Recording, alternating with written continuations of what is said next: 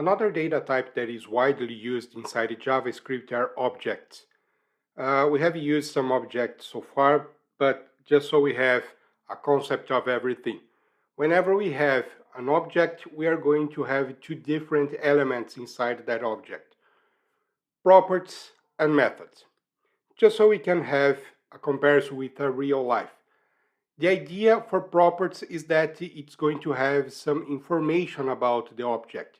Let's say, for instance, I want to create an object for a car.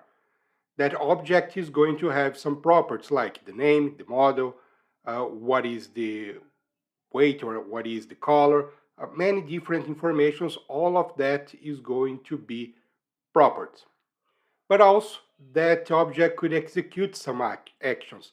Let's say my car could start, I could drive my car could brake, hopefully it could stop, and all those actions are going to be functions. Either it could be a function expression or that could be an arrow function, but those are going to be functions that are going to be executed from inside my object. So whenever we talk about methods, those are simply functions that are related to an object, and properties, those are information related to my object.